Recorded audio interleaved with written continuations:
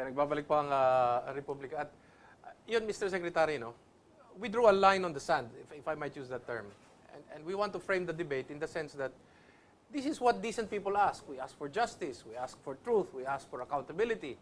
I-present tayo yung mga taong gumawa nitong karumal-dumal na bagay. Hiningi natin na may balik man lamang yung mga cellphone. Ewan ko, yung uniforme hindi natin hiningi kasi property ng Pilipinas yun. Pagsuot doon, bawal yun, bawal sa batas yun. Yung mga baril, ibinalik. Hindi nga natin malaman sino nagbayad ng mga baril na yun. Now, pagkatapos ngayon, parang wala, tumahimik. Tuloy na naman ng BBL, tuloy ang peace process. Yeah, talagang nagtataka ako kung bakit gano'n na nga yung ginagawa ng gobyerno. No? Kasi una-una, nung pumutok yung problema na yon, ang sabi ng MLF, abay, we're acting in self-defense. Yes. Tapos, there was a misencounter. Yes.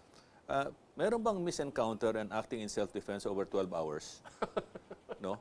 Eh, kung peace partner kayo, peace partner, nakita mo na ay, ano pala ito? Ito pala yung kausap natin sa peace table. O ceasefire muna, sandali, check out muna natin kung ano nangyayari. Ganun yun eh. Pero ito, ang nangyari, bloodlust over 12 hours. If I might use an example, Mr. Secretary, parang katulad dito sa dalawang tao nagda-drive. Tapos nagkabanggaan kayo, tapos pag galit na galit ka, paglabas mo, uy, para ikaw pala. Oo, tama. It's a different emotion. Tama. In this case, iba tuloy ang bakbakan. Oo, kasi bloodlust nga eh. Kasi hindi lang yung MLF at BIFF na nakibakbakan sa PNP. Yes. Pati yung mga private armed groups doon, nakihalo na rin. No? Yes. Kaya't ang sabi nga nila, pintakasi. Yes. Alright. So una, they were untruthful. They lied when they said it was a misencounter. Yes. And they were acting in self-defense. Yes. So, lied na yun. Yes.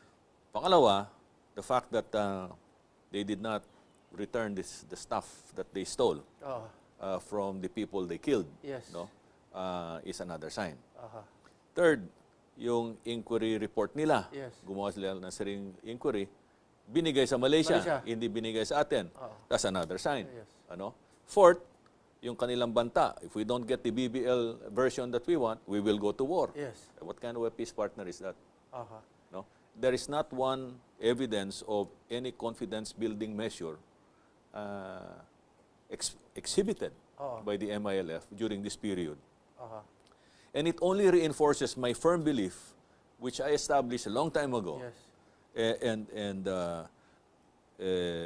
supported by continuing bad behavior by the MILF up to this time, that they cannot be trusted. Look, in 2000, kailan ba yun? 2011 ba yun? Yes, 2000 yung mga Marines yata. Yung sa Albarca. Albarca, yeah. Yeah. Hindi lang Marines, pati yung Special Forces, Yes. ano? Oo. So, sa Albarca, there were 2 massacres. Yes. And at that time, they even coordinated with the MILF. Yes. Ano? Pagkatapos tinira.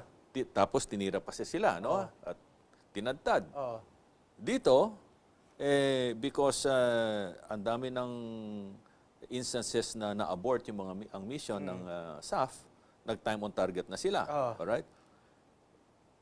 And they were, I think, confident kasi meron ng coordination mechanism na isinigawa noong 2013, signed by Purisima as Chief PNP and by Bautista as AFP Chief of Staff, that allowed for a 1-hour time lapse for coordination, and even less for law enforcement operations against high-value targets or HVTs. No? Which what happened. No? Notwithstanding that, pinatay pa rin ang SAF natin over a period of 12 hours. No? So, and then they even took videos of actual, murders, no, taking place, no. So it shows only that whether there is a coordination mechanism or not, no, or whether there is actual coordination or not, even if there was an absence of a mechanism in the past, but there was coordination. Hindi tinutupad ng MILF. They don't respect it. They take advantage of the situation. They take advantage of our goodwill, our siguro naibte, no? Our presumption. Okay. They take advantage of that, and 3 times we've suffered massacres in their hands now. That was this year, 2015. That was in 2011. No, there have been many other instances in the past. All right. And all this time until 2015, they have not broken their links with the global jihadist movement. No? So how can you call these people trustworthy? In short, the Aquino administration has no policy regarding dealing with terrorists because they don't want to identify them as terrorists. Well, I don't think they even have a strategy for peace. Okay. I don't think, even at this late stage, I don't think they even have a national strategy for the country's development. Or have they put all their baskets into all their eggs in one basket? BBL equates to peace. That's it. No ifs nor buts. Very hard to explain how they kung think. ganun lang, no? Nakakalungkot if that's it. But it's really pathetic. It's tragic, and it explains why people are so insecure and very upset. You know, people are not stupid. Yes. Right? I mean, we've been through this before. Yes. Right? But I think previous administrations have handled the situation a lot Yes, better than this one. So what do we tell now the grieving families, a nation angry, a nation that is also grieving? What happened to that line in the sand? Does the government make a stand? What do? We just erase it and say, let's move on. Sabi nga nila, move on na tayo. Ganun lang. No, I think there are many lessons to be learned here, Eric. Many deep lessons, and this is really the best time for the Filipino people to reflect as to why we are where we are today. Okay. We have a government that is not matino and mahusay. Okay. Meaning to say, a government that is not doing the right things Okay. and not doing things the right way. Okay. All right. But why do we have a government that's like that? That's because of the choices we make come election time. Right? And there are so many people to run after for the wrong choices that we make come election time. That's number one. Yes. Has to do with the political parties. Yes. Because they provide us the choices. Yes. Okay. And oftentimes, the basis for their choices is not based on merit. All right. Meritocracy is not in their vocabulary. Yes. All right. The other has to do with the political system itself that's controlled by the political status quo. Yes. They make elections so expensive Yes. that only they, who have control of resources, Can afford. can afford it. no? Yes. The third has to do with our electoral gatekeepers. Yes. They're supposed to keep democracy alive. Yes. And this particular democratic exercise, which we call elections, Yeah. should be upheld. The integrity should always be Yes. upheld because it's sacred. Yeah. The people's will is sacred. But it's always thwarted by cheating. Right? And as we all know, and as we all understand now, PCOS is the easiest way to cheat. To get into office. To get into office, all you have to do is just buy a few people who control the Yes. system, and you're in, right? Now, why do we have a system like that? Yes. It's because society tolerates wrongdoing. Okay.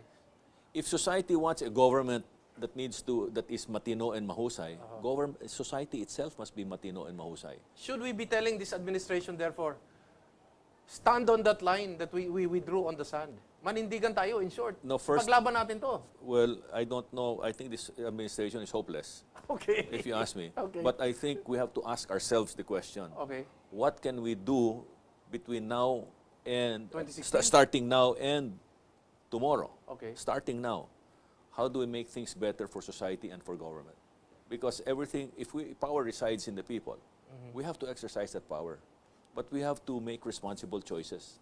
What do we tell the grieving families of the 44? We are with them. We are with them, and we are with them in that justice has not been served, the truth Okay. has not come out, Okay. and at some point we will make things right. Parang napakasakit isipin, no? I mean, yung ginagamit sa Tagalog, justice ang nangyayari because, Yeah. you know, we thought that this government was going to make a stand in Yeah. their behalf. And then all of a sudden, it was actually just a process to just allow them to vent. It was just a venting process. Pagkatapos nun, okay, now you've been given the chance to vent. Now let's move on. Yeah, it's Change chapter, change page. yes. So it's not good government. We don't have good government in place. No, we have a government that just that's not worthy. We have a government run by people who are not worthy of the positions they occupy.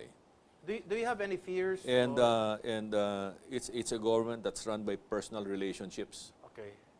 And it's not based on protecting the national interest. Do you have any fears, advantages, disadvantages regarding this convener group that the president has come up with? And because it's not a fear, Eric. It's just a concern. I hope that these intelligent people that have been asked okay, give the president the right advice. Okay. And tell him, don't use us as a deodorizer. Okay. All right? Use the mechanisms of government, Okay. to review the peace process and see where the lapses and the gaps are. You know, there's one mechanism that has not been utilized, and that's the peace and order mechanism. Yes. Right? The peace and order councils have not been utilized. The development councils, because peace and development are two sides of the same coin, have not been utilized. They have the same kind of composition, government as well as civil society. National Security Council. And they have not used the National Security Council Yes. to provide guidance, Yes. all right, and to orchestrate, integrate, etc. Yes. No, so we have a government that's run by unworthy people who don't know how to run government, right? And I'm sorry to say that but we have 5 years of review to render a report card. No? And it's based on what they have done and what they have not done. No, it's not that's as if though we're talking 1 year after they were elected. This is already 5 years. Yes. This is the last 2 minutes already of their administration, and they're still flubbing it. No, And they're still talking about they're still flubbing making it. speeches. They're still making speeches. Yes, in a basketball game, I think this team will be called Banu. Hindi talaga marunong. Who do we hold accountable therefore for the Mama Sapano? 3 people, institutions failing. You know, this is something that I may get crucified for, but I find a parallel between the pilot that crashed his plane. Yes, yes. You know, and the present pilot of the Philippine government. Okay. In that people who knew about the problem of the pilot should have spoken up. Okay. Because a pilot has the lives of his passengers in his hands. Yes. And if people who know about a pilot's psycho-emotional problems could lead to something terrible, they should have spoken up ahead of time to prevent something like that from happening. All right. The same thing in the case of our present pilot. When he was running for government, or even before he tried to run for the presidency. People who already knew of him and his psycho-emotional issues, you know, and relating it to his capacity to lead as president, should have known better instead of hiding the information. Because what happened is what we have today. We have a pilot that keeps on crashing the ship of state. Unfortunately, there are 100 million passengers. No, we're not. You got to serve during President Cory's time. We are suffering from all of these blunders, you know, and our national security is at stake now in Mindanao. It's at stake in the West Philippine Sea. And when you look at what the government has done to protect our interests, there's a lot more being said than actual results. That's why we're feeling very insecure. Now, I'm saying that with all of these threats of armed conflict, if the BBL is passed or not passed, I'd like to ask the people in Mindanao, are you guys ready? Are you guys ready? Because I don't think the government is in a position to think of the worst case scenario and prepare for it. But the people of Mindanao have to prepare, whether they like it or not. How do you characterize the attitude, the character of this administration, that despite everything else, they are, I don't want to use the word narrow-minded, but they are one-eyed in pushing for the BBL unamended, unrevised assist. That's what the OPAP says. That's what President Aquino says. This is now all-out peace. in short, there's only one option for a president. That's what he's saying. I don't think anybody will be against peace. I think you gotta be inhuman to go for war and not for peace. But this right? one is all-out peace already, Mr. Secretary. But we're talking about a smart peace. Yes. A smartly negotiated peace with Yes. the right peace partner and the right peace broker. Yes. How can we have a peace broker that's conflicted?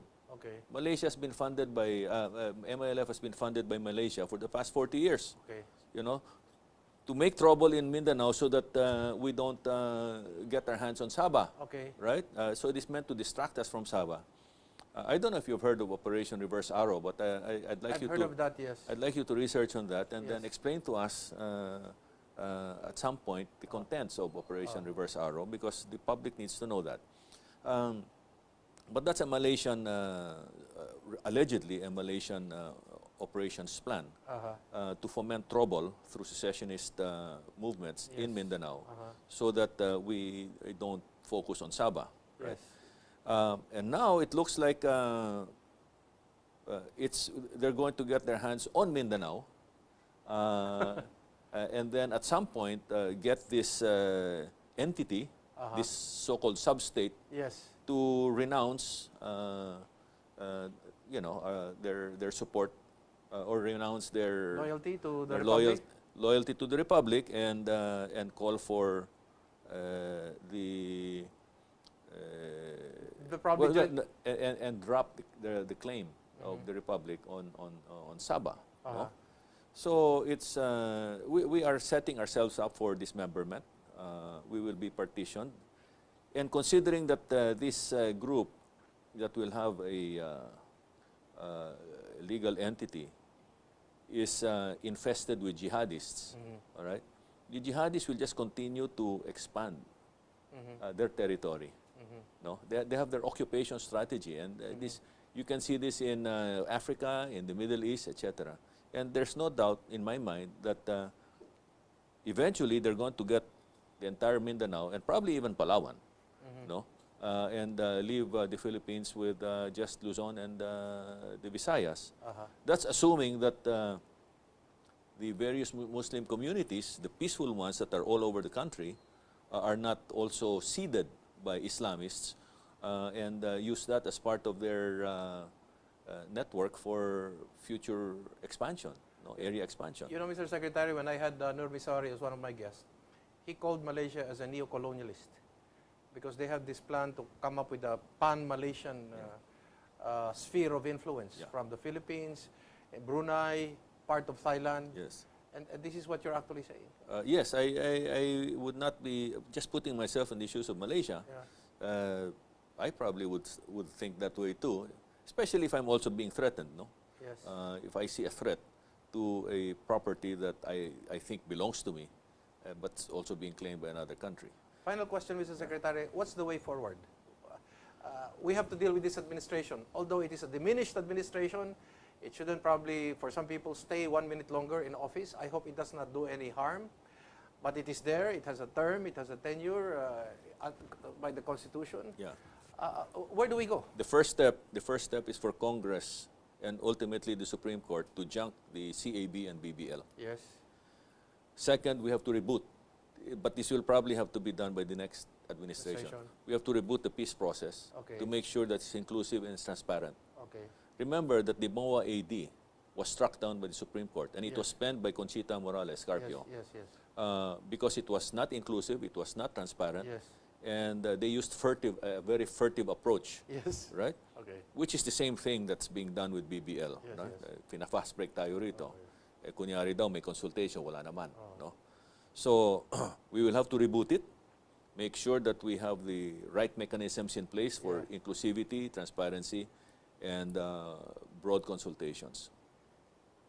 At the same time, we will need to continue working things out with Malaysia. Okay. This is a good time as any to revisit the time when Mahathir and President Ramos had a Four Eyes meeting in Kuala Lumpur. Okay. In that state visit, they agreed that we'll set Sabah aside. Okay. Back burners. lagay lang sa back burner, no? And then let's create an East Asia growth area Iaga. called BIMP Iaga, Okay.